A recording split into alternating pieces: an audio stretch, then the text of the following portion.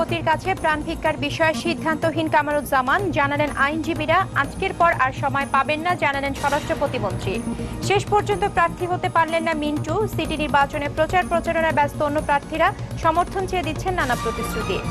ফরিদপুরের ভাঙ্গায় বাস খাদে প্রাণ গেল ২৬ জনের, আহত অন্তত ১৯। চালক ঘুমিয়ে পড়ায় দুর্ঘটনা।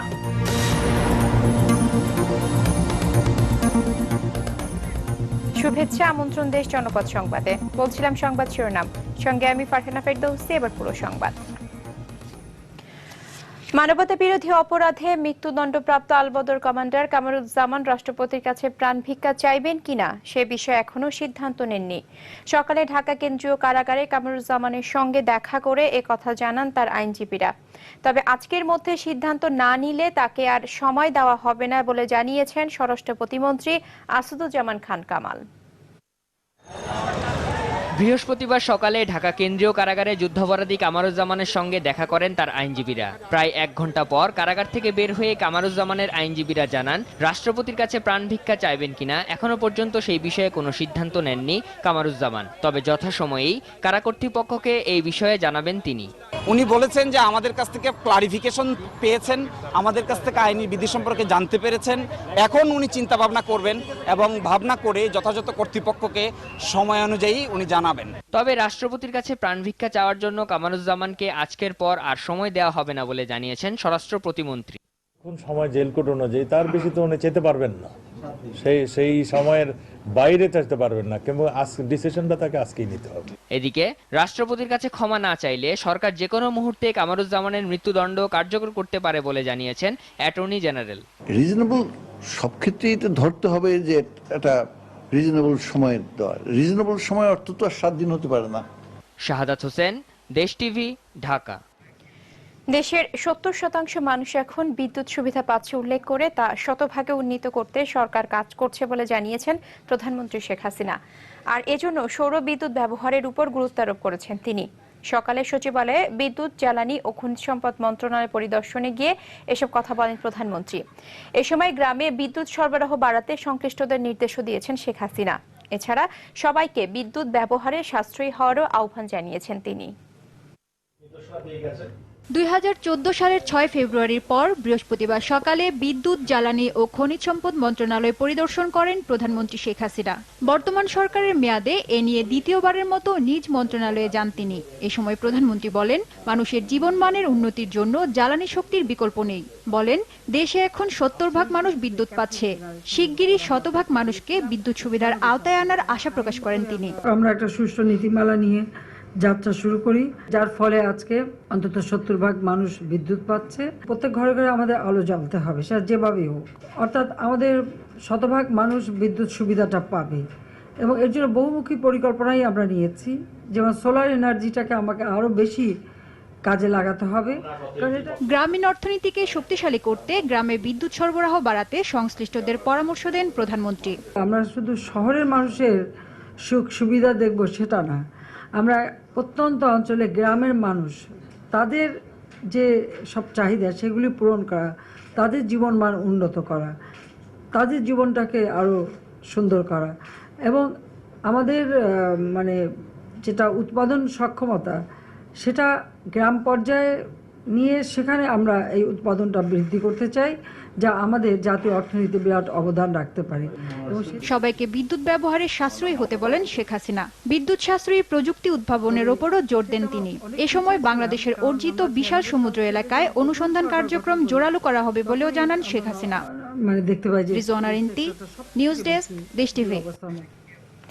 এবার বিজলি কেবল সিটি নির্বাচন প্রসঙ্গ।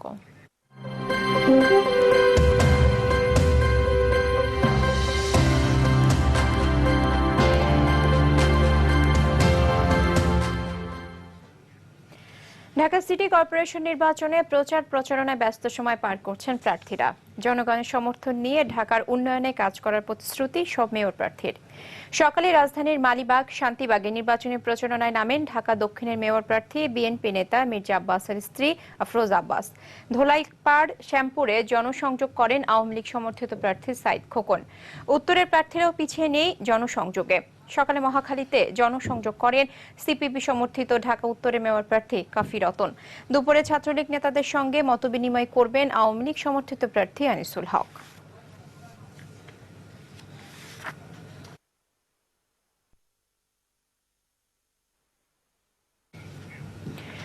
ঢাকা উত্তরের মেয়র প্রার্থী ও বিএনপি চেয়ারপারসনের উপদেষ্টা আব্দুল আওয়াল মিন্টুর মনোনয়নপত্র বাতিল করে হাইকোর্টের দেয়া আদেশ বহাল রেখেছে আপিল বিভাগ।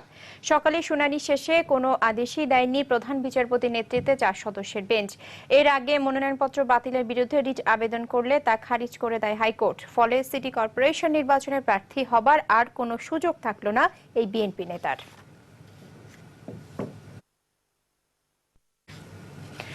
এদিকে চট্টগ্রাম সিটি নির্বাচনে দিনরাত ম্যারাথন প্রচারণা ও গণসংযোগে ব্যস্ত সময় পার করছেন আওয়ামী লীগ সমর্থিত প্রার্থী আ.জ.মা নাসির উদ্দিন। অন্যদিকে বিএনপি সমর্থিত প্রার্থী এম মঞ্জুর আলম ঘরেই সময় পার করছেন। তার পক্ষে বিএনপির 2 নেতা আমির খসরু মাহমুদ চৌধুরী ও আব্দুল্লাহ আল নোমান গণসংযোগ করছেন।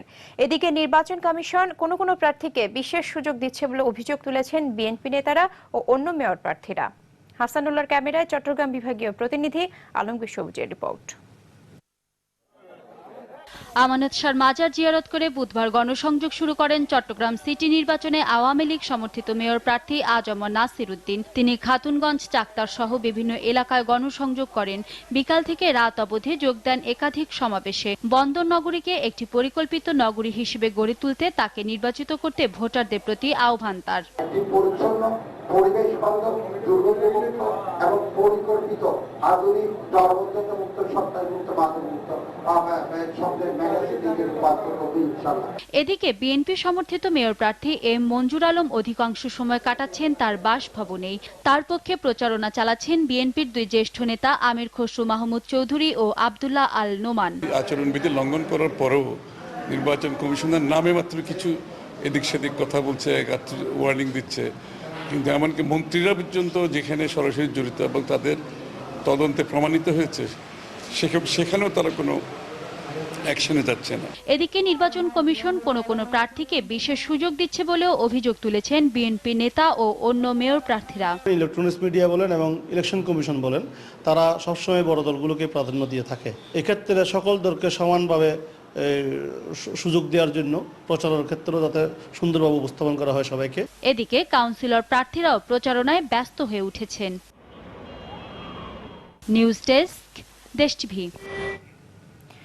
চট্টগ্রাম সিটি নির্বাচনে আওয়ামী লীগ ও বিএনপি 2 দলেরই একাধিক নেতা একই ওয়ার্ডে প্রার্থী হওয়ায় টান উত্তেজনা সবার মধ্যে। এখনো কোনো দল একক প্রার্থীকে সমর্থন না দেওয়ায় আশঙ্কায় রয়েছেন সংশ্লিষ্ট ওয়ার্ডের প্রার্থীরাও। এক্ষেত্রে বিএনপির চেয়ে আওয়ামী লীগের প্রার্থী সংখ্যায় বেশি। উভয় দলের নেতারাই রয়েছেন নানা সমস্যায়। এদিকে দলের চেয়েও ব্যক্তিগত জনপ্রিয়তাকেই বেশি গুরুত্ব দিচ্ছেন ভোটাররা। হাসানুল্লাহর তোলা ছবিতে চট্টগ্রাম বিভাগীয় প্রতিনিধি আলমগীর সবুজের আরেকটি রিপোর্ট। 41টি ওয়ার্ড নিয়ে গঠিত চট্টগ্রাম সিটি কর্পোরেশন। এবারে নির্বাচনে বেশিরভাগ ওয়ার্ডই একই দলের একাধিক প্রার্থী অংশ নিচ্ছেন। আওয়ামী লীগ ও বিএনপি উভয় দলের একাধিক কাউন্সিলর প্রার্থী হওয়ায় তারা নিজেরাও পড়েছেন বিভ্রান্তিতে। আর প্রধান 2টি রাজনৈতিক দল একক প্রার্থী নির্ধারণ করতে চাইলেও এখনো তা করা সম্ভব হয়নি। প্রার্থীরা যে যার অবস্থানে অনড় রয়েছেন, কেউ কারো জন্য বিন্দুমাত্র ছাড় দিতেও রাজি নন। সব মিলিয়ে একরকম টানটান উত্তেজনা চলছে এবারের চট্টগ্রাম সিটি কর্পোরেশন নির্বাচনে। বেশিরভাগ প্রার্থী বলছেন এলাকায় রাজনৈতিক পরিচয়টা খুব বেশি গুরুত্ব বহন করে না। গতবার ওয়ার্ড কাউন্সিলরের বিষয়টা নিয়ে নিজস্ব দলীয় গ্রুপিং এর কারণেই বিএনপির বেশি কাউন্সিলর নির্বাচিত হয়েছে। এই কোন্দল আমাদেরকে মিটাতে হবে। যদি না মিটে এটা 2টা জায়গায় আমি মনে করি এফেক্ট হবে। দলমত নির্বিশেষে কাজ করতে গিয়ে আগের প্রার্থীরা যারা দাঁড়িয়েছেন ওখান থেকে প্রভাব পড়বে আমি মনে করি, কারণ আমি সামাজিকভাবে কাজ করে গেছি। এবারও অনেক দলীয় প্রার্থী দাঁড়িয়ে গেছে, তো আমার বিশ্বাস অন্যান্য সময়ের তুলনায় মানুষ এখন অনেক বেশি সচেতন। মানুষ কোনো দল, গোষ্ঠী, কোনো বর্ণ এইসব বিবেচনা করে মানুষকে ভোট দিবে না। কেউ কেউ আবার এলাকায় নিজের কর্মকাণ্ড ও পরিচিতির কারণে পার পেয়ে যাবেন বলে মনে করছেন। আমি পতিত ছিলাম নিপীড়িত মানুষের পাশে, এখনো আছি।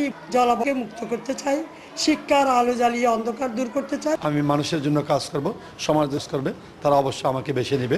এবার সাধারণ কাউন্সিলর পদে নারী পুরুষ মিলিয়ে প্রার্থী হয়েছেন 257 জন, আর সংরক্ষিত নারী কাউন্সিলর পদে রয়েছেন 61 জন।